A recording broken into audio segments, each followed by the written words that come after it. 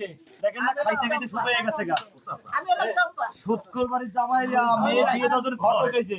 ওরে কাকু আর এই আত্মীয় কর্তার সেই লোকটা কি যে বুঝ সুৎখোর লাগে আত্মীয় করতে আইছে এবং কি জ্ঞান আকেল আমরা কিছুই বুঝতে কাকা পারলাম না। তালি পরে ঘটক সাহেব সুৎখোরের বাড়ি কেন আপনি নিয়ে আসছেন আমাকে বিয়ে করার জন্য?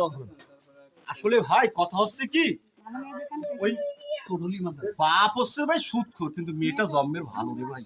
ভাই সুৎখোরের রক্ত কিন্তু সরকার থাকে, তার বাপের রক্ত কিন্তু মেয়ের গায়ে থাকে। ওই যে দেখেন হাজির ঘরে পাজি হয় আর পাজির ঘরে ভাই হাজি হয়।